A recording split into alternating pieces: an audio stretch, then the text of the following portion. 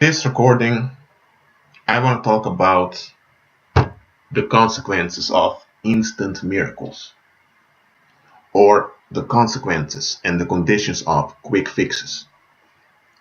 Look, when something can be done easy, why being difficult, okay? If you need to put on some shoes, don't make it difficult by considering what would happen if you pick this shoe and not that shoe. Just put on some shoes and get it over with. Okay, so when things can be done easily, it should be done easily. But understand this: when it comes to miracles and to deliverance, and when it comes to prayers being answered, we often have this attitude: why does it take so long? Why, for the answer of this prayer, did I have to go through this? We have such questions, and such questions are legitimate questions. But sometimes we don't have enough understanding to, we don't have enough knowledge in order to understand why quick fixes are not the best option for us. Because often when we are in a situation, we want a quick fix. If you're unemployed at the moment, you want employment right now, so that you can get on right now. If you're what they would call single, I prefer not to use the word single because it has some, because you're not single, you're connected to the environment, so you're not set up apart. But anyway, if you are not married or you're not involved with someone and you really have this urge to get involved, then you want to find someone right now, especially the one that you feel attracted to right now. You don't want to go through anything, you just want it right now. If you have some people that are making things hard on you, whether at the workplace or at school or even in your home, you want to get rid of it right now. You don't want to go through sleepless nights and through hours of negotiations. No, you want it right now. Look, there's nothing wrong with wanting things right now. Deliverance, healing, all of that, you should want it right now. But understand this: having things right now instantly is not always the best thing. And I'm going to give illustrations now for you to understand why. I can explain it theoretically, but I'd rather give a practical illustration so that you understand what I'm aiming here. Okay. Let's talk about Peter. Peter was born blind. He isn't fully blind. He can see colors and he can see light, but he can't see clearly. His blindness is not complete. It's not as if it's only seeing black all the time. So, but he's partially blind from birth. Because of that, he couldn't attend school. He did learn how to read and write through the Braille system that's designed for blind people. He did learn stuff. He is intelligent but let's get real, he's blind for the world, so he couldn't find a job. He couldn't even finish high school. And when it comes to finding someone like a wife, he was not chosen. And his family and relatives were fed up with having to take care of him, so they dumped him at some charity institution, and the charity institution then abused him just to collect money. So he ended up 10 years he ended up in the streets. And he ended up in a small town, in a mall, near the supermarket. And for about 4 years, he would be there begging for money. And often, the money that he received by people throwing the money at him out of pity, some of the young people would rob him of it, and they would use that money to buy weed or some other drug. So his existence was a very pathetic, I won't say pathetic, but a very sad, painful, and neglected existence. That's what he was leading. He couldn't shower, so he had old clothes that he had worn for almost 6 years. When he had to go to the toilet, he would have to go in the public parks, so often police would arrest him and put him in jail cell for a night. Then one day, some people, when the supermarket is open, people enter into the mall. They don't see him anymore, and people are asking, "Where's that guy?" For about 6 months, he's not there anymore. Then one day, a businessman enters into the supermarket. He's wearing his hat, he's wearing sunglasses, and he's wearing expensive shoes and a very expensive watch. And the businessman buys groceries. When he's walking to the supermarket, some of the employees of the supermarket ask themselves, wait a minute, isn't that guy that used to beg here? The other employees were telling him, don't be so rude, man. That's a wealthy businessman, and you're comparing him to that piece of shh over there. I'm not saying the S word because some of you may feel offended, but understand this. Swear words don't exist. Swearing means you bring an oath and into an agreement with some entity at an altar. I mean, cursing means declaring a negative outcomes upon someone. So there is no such thing as a curse word. But anyway, such taboo words, I'm not shy of using them when necessary. But anyway, I'm not using them now. But I'm just want to make plain over here. I'm not agreeing with any social construction just because people are attached to it. But and as you already know of me, my illustrations are quite graphic from time to time. But anyway, let me continue. So the other employees were telling him, don't compare this wealthy businessman with that piece of trash over there that used to beg over here. Ooh. And so the businessman then walks towards the employee that called that other guy a piece of trash. And they ask him where the wine is. So the employee brings the businessman to the wine. And the businessman says thank you, and he moves further. The businessman visits the mall and the supermarket for about 5 times for the coming 2 weeks. Then one day,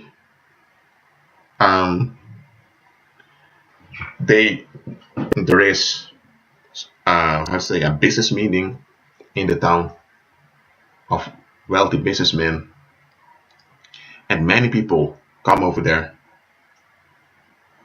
And in the town, when the businessmen are speaking, you have people from big companies like Samsung, Hyundai, you name it. Then there's just one guy over there that appears. He has his own business. He has about 4 employees.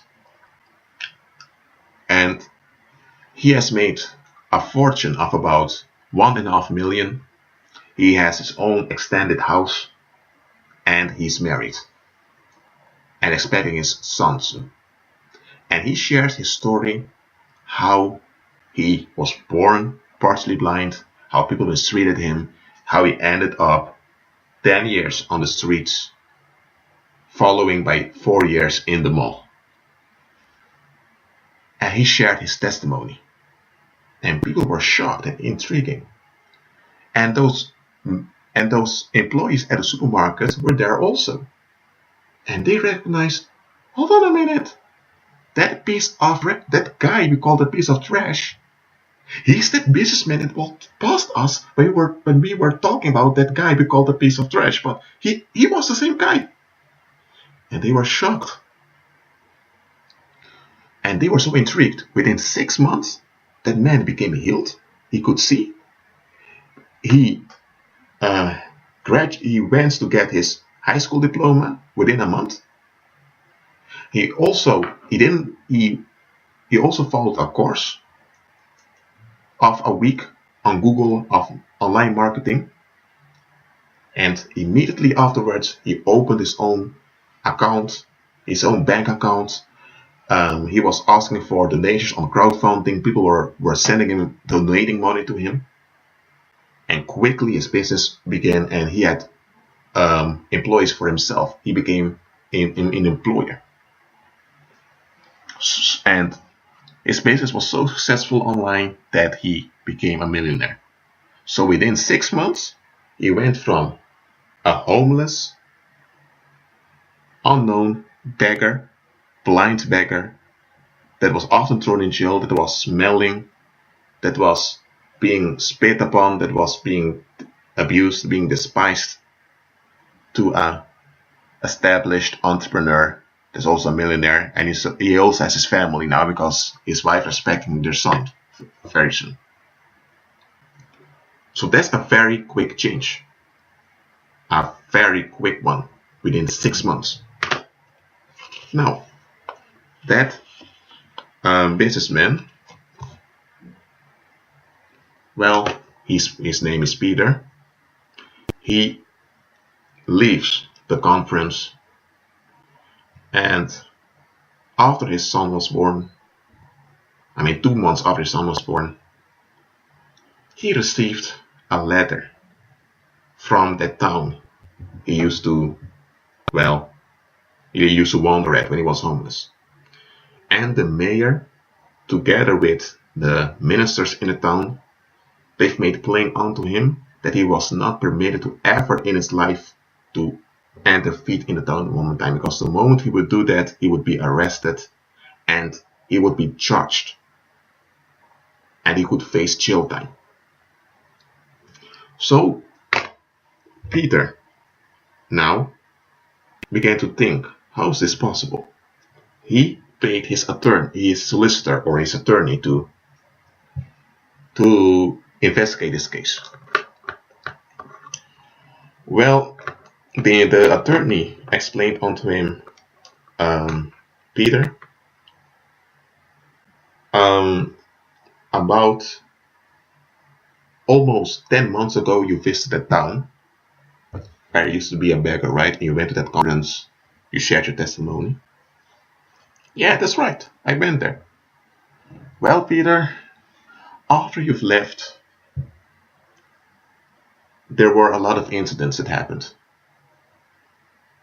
You had people that began to fight one another. You had physical fights, physical escalations at bars at the same mall where you used to work. Some of the employees over there began to fight with one another and destroy the whole place. So the cops had to come in order to prevent it from further escalating. You also had attempts to homicide in the town. And you had a lot of tensions that took place. And Peter was thinking, okay, but what does that have to do with me? Attorney makes clear unto him, Peter, those people at the town, they used to mistreat you. You used to be a nobody to them. When they were having their bad day, they could easily see you and feel disgusted. You were their outlet of their bitter feelings. So if a husband had a wife that didn't want to perform certain sex acts on him, he was dissatisfied about that, and that harmed the marriage. Both he and his wife could go to the grocery store, they could see you, and they could talk bad about you, and the tensions of their failed sex life would be forgotten, and the marriage could remain ongoing. The function you had over there, you were basically you became the vessel to receive all the bitter feelings of the people over there. That's why the government of the city permitted you to wander around, and they also permitted you to beg over there. There were charity organizations that were willingly to help you, but they were forbidden to help you by the government, because the government now saw one way to reduce the tensions within the community. When you left, a lot of people thought you were dead. So when you suddenly appeared as a millionaire, as a husband and a future father, as an employer also, this reality shocked them. It shocked people so much that people began to reflect upon themselves. Many people in the town had jobs they didn't like, but they only had those jobs because they needed an income to pay their rent. So, let me say like this, Peter. There were people that prayed for you, and their prayers upon you manifested. You weren't aware that they were praying for you, but there were people praying for you, and, well, things happened instantly. But the people in that town were not willingly to accept any change. Because you were delivered, now they were reflecting back on themselves, and they could see how bonded they are. Many of them were married to wives, or many women were married to husbands they didn't want to be with, they were not sexually satisfied with. Many of the spouses were also cheating. There were also men that weren't sure if their children were really their children. So a lot of things were going on in that community that you were not aware of. Your deliverance reflected on them, and they realized how stuck they were. Now, instead of them facing the reality and seeking for deliverance and for recovery, if they had to do that, they would have to face themselves, and they didn't want to do that. So the pain of becoming conscious of your deliverance, because it reflected back upon them and they didn't feel good, it led to people being upset. And Peter was thinking, Jude, because Peter is quite intimate with his attorney, Peter was saying, Jude, what are you talking about, man? Oh, and the attorney said, Peter, listen, haven't you noticed that right before your son was born, there were a lot of electronic devices that began to break in your house. Your laptop broke down 4 times. Your flat screen TV often had static in it, and also your wife almost had a miscarriage a few times. Peter says, "Yeah, I remember all of that. And the attorney makes clear, Peter, there were people in that town. I know this because I did further research. I've talked to people as an undercover agent. There were people that were so upset with you that they even went to witch doctors and to witches in order to put spells on you, in order to enforce hexes on you. And that negative energy that they generated with their anger and with their ceremonies, it affected you, and you were not even aware of it. But those people that were praying for you, they knew later on that things turned around in your favor, and they kept on praying for you, so their prayers hindered much of the attacks were upon you. Okay? Do you also remember that accident you almost had when you were in the taxi? That was also caused by it. And look, a lot of those people, when they noticed that your son was born and you were doing well and all of that, many of them, not only those that went to witch doctors and witches, but also most of the other people in the town that were dissatisfied with your deliverance, they began to beat their wives or beat their husbands, began to beat their children, and that hurt acted out in the community, and there was a huge disturbance over there. And the leaders of that town, they're now all blaming you. Many are now claiming that you're part of some Illuminati conspiracy. Many are now claiming you're some kind of wizard or witch doctor that bewitched them. Because people just don't want to take responsibility for seeking deliverance. They are stuck in darkness and they're making excuses for it. So when they're dissatisfied and you're not there for them to beat you or to kill you, to do something to you, that anger is going to affect them and those around them. So that's why the people of the city town, that's why the government, they didn't want to explain all of this to you. That's why they just made plain unto you, don't ever come here again. When Peter realized it, Peter said, you know what, man, you're telling the truth. I don't even want to go there anymore. I thought I could go there and be an inspiration to people, to motivate people, and to give hope to people. The attorney made clear, Peter, This world doesn't operate like that. And let me tell you, Peter, many of those other businessmen whom you've known since that conference, many of them are also obsessed with wanting to see you fail. Because listen, man, the blessing you have upon you, most of them, man, many of those other businessmen, they only had about 200 or 300,000 as their €1,000 as their capital. And they had to go through years of stress at jobs and gaining promotions to get there. So do you seriously think they are going to be happy with your instant blessings? And Peter thought about it. True. But it was then that Peter began to realize that it is great that he is so blessed. He's praising the Lord for it, but he realizes he's also a target now. And also his son is also a target. Now, this is only one illustration. I've taken my time to speak out this illustration, to illustrate it for you. Okay? I don't want to rush things. I just want to explain it clear onto you. Look, what happened to Peter was great. But hold on a minute. The quick fix, it increased the damage. Now, first of all, it increased the violence in the community where Peter was at. It also increased the trauma of that place, and it also made more people bitter, and it also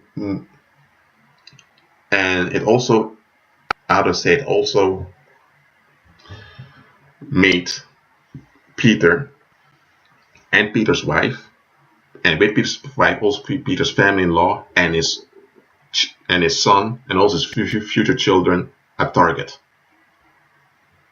Now, was it wrong that he had instant blessings like that? No, there was nothing wrong with it, but there are more consequences attached to it. And Peter, man, he can see now. He's enjoying life. So he was not aware of all the other side effects of those quick fixes. But now, I've used this parable here so that to illustrate to you that a quick fix, a quick and instant manifestation of the answer to your prayer, that's what we are after. And there's nothing wrong with that either. There's nothing wrong with you wanting to have faith that manifests results directly and instantly. There's nothing wrong with that. Just understand that there is going to be resistance and retaliation against the manifestation of your faith. Now, in this parable, it was a man that was basically, he had no future future, and now he was a man that was an inspiration to offer a future to other people. Now, maybe you were not blind from birth, maybe you were not homeless and all of that, but just understand, anytime there is a manifestation of your prayers and your faith, look, there are going to be people that are going to be blessed by it, okay? There are going to be people that are going to be inspired, and they're going to avoid a lot of harm in their own lives. Why? Just because you inspired them, and because you inspired them, their eyes were opened, and because their eyes were opened, they now had insight to avoid future harm. So your faith manifesting is a blessing. Never forget that. But also remember, there is going to be resistance. Look, let me give another illustration over here. Let's say you have a girl called I'm just thinking of a good name, Jennifer. Jennifer comes from a stable family. Of course, the family also had issues, and she also had issues like everyone else. She knows it also. And Jennifer wanted to have her own house. Just a small house somewhere in France. Jennifer lives in the USA, but she wants a small house in France because when she goes on holidays to Europe, she wants to have her own place. No, Jennifer did not have the money for it. She didn't even have a job at the time, and her parents both had a job, but they just earned enough money just to pay the rent and for food and to have their living. Jennifer had siblings, but they only had part-time jobs. And Jennifer did not have any celebrity friends that he could go to, I would say, um, try to manipulate them into giving her stuff. Well, Jennifer also didn't know any rich men that she could seduce with her sexuality, and she didn't even want to think about that because, well, she's a believer. She does not want to go into that road. So Jennifer just began to pray. Jennifer just went online and she went to some French real estate sites and she was just browsing through the real estate offers to the houses. She was just doing that, and from time to time she would print out some of the advertisements and she would just praise the Lord that she had her own house in France. She would just praise God for it. And she would use the advertisements of those cards just to motivate her. Because there are times that you as a believer, you need to motivate yourself. And Jennifer was using psychological means to motivate herself. There's nothing wrong with that. And she told her desire to one friend who was also a believer, and they would pray together for it. Now, it's only after 5 years that Jennifer managed to visit France. And when she was in France, she and her friends were at a camping site in the Alps.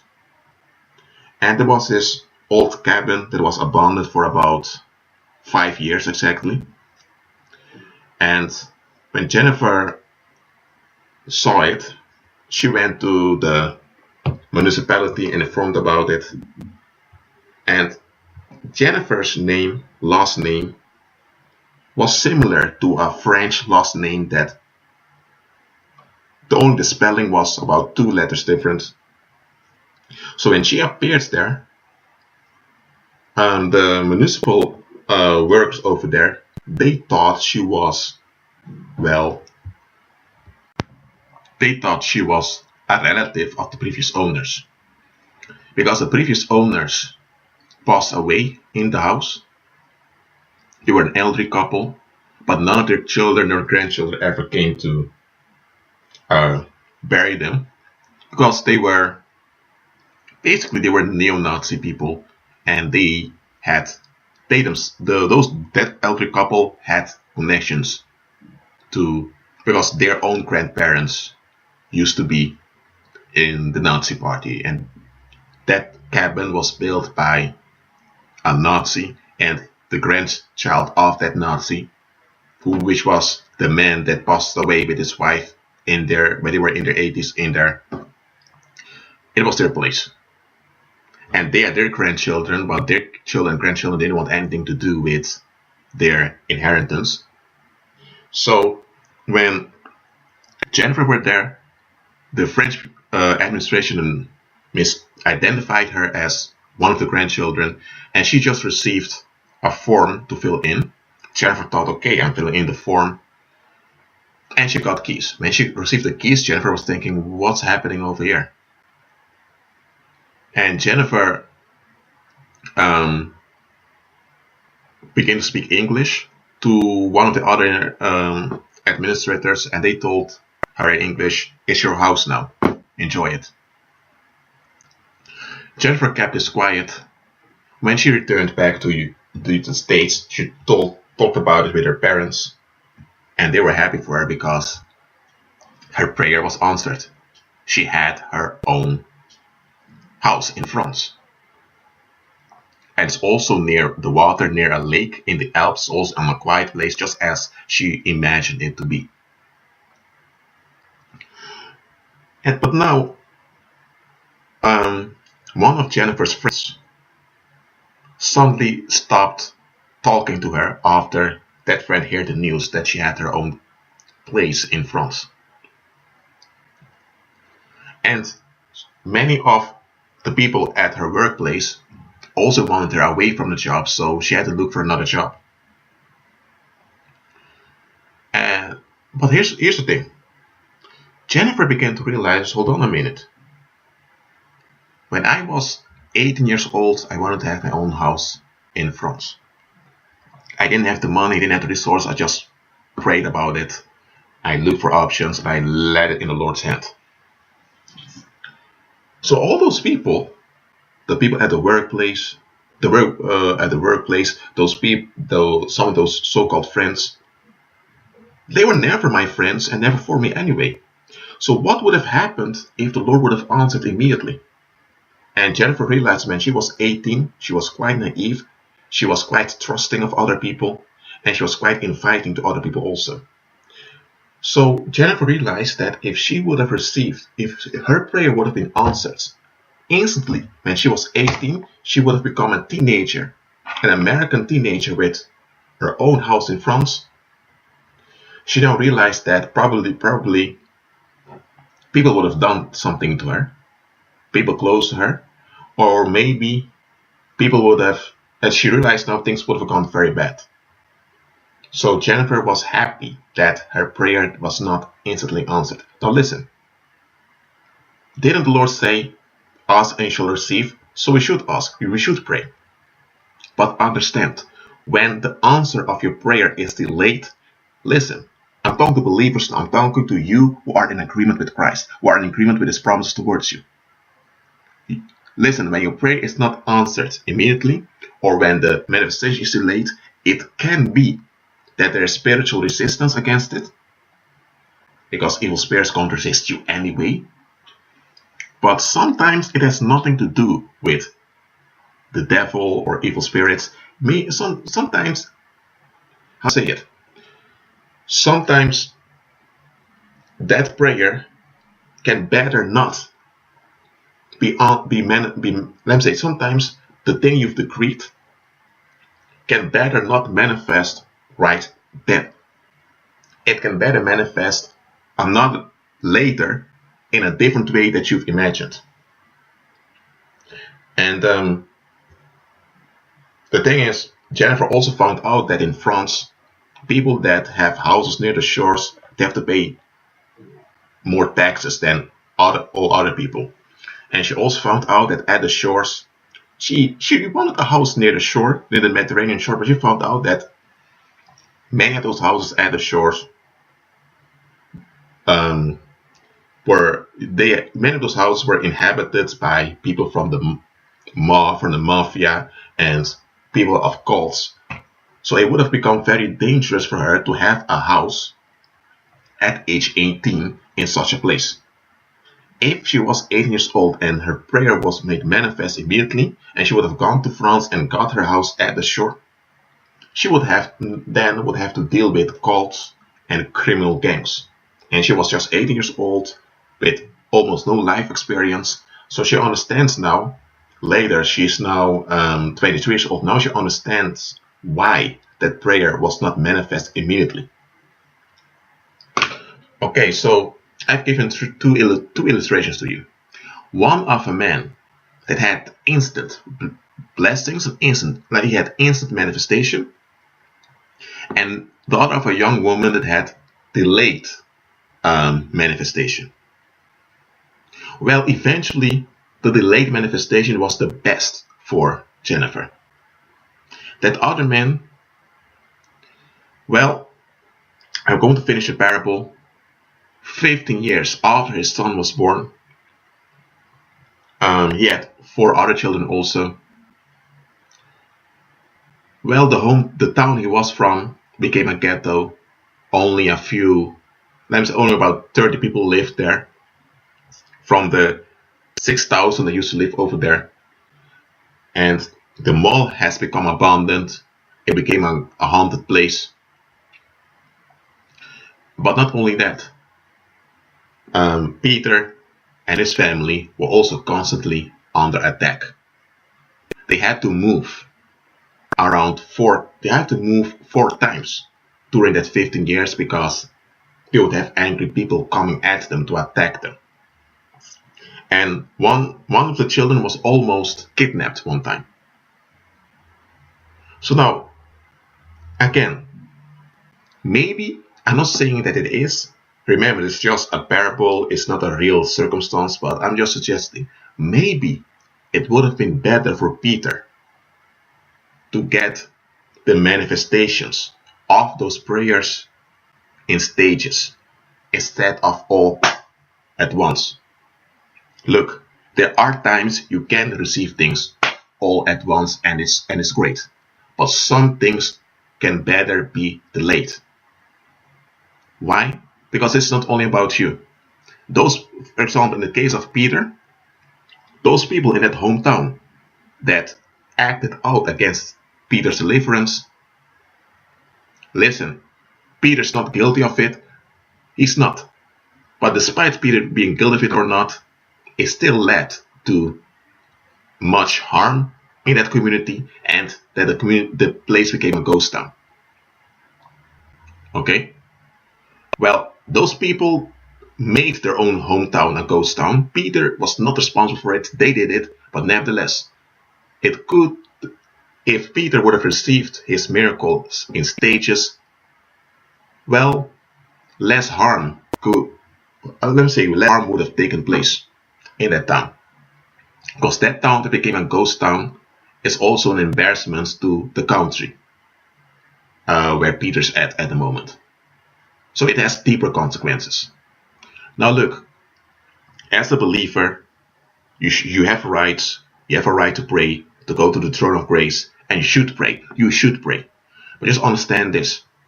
For example, in the parable I gave about Peter, a lot of people became victimized by the angry resistance towards Peter's deliverance. And those people that were victimized and that were hurt by the resistance of Peter's persecutors, they had to live with what happens to them.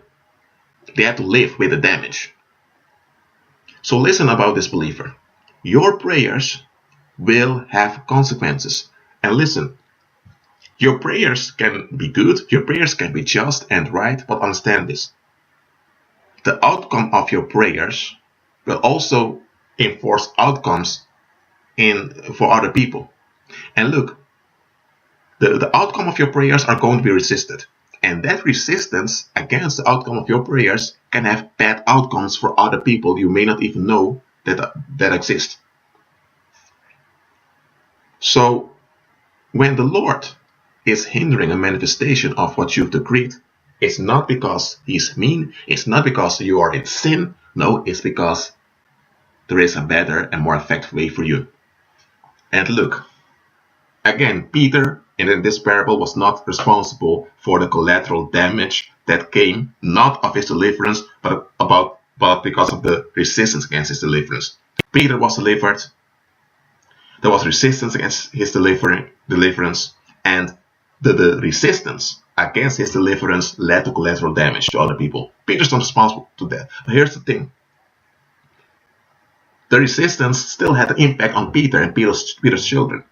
Peter's children now had to move 4 times with their parents, and they had to be watchful around them. Well, maybe if Peter was delivered in stages and he had all those blessings spread over time, when he would have had children, those children could have grown up in a stable house and they would have been affected by all that was going on.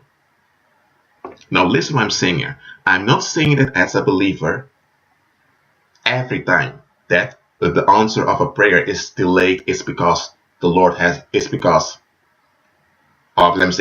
of the Lord redirecting it. Sometimes it's just pure resistance, and you just have to ignore the resistance and keep fighting a good fight of faith. But understand this, there's going to be resistance anyway. So expect it. So if what you have to create does not happen instantly, don't fret, don't become afraid. Keep on praying and let the Holy Spirit guide you. That being said, you all be blessed.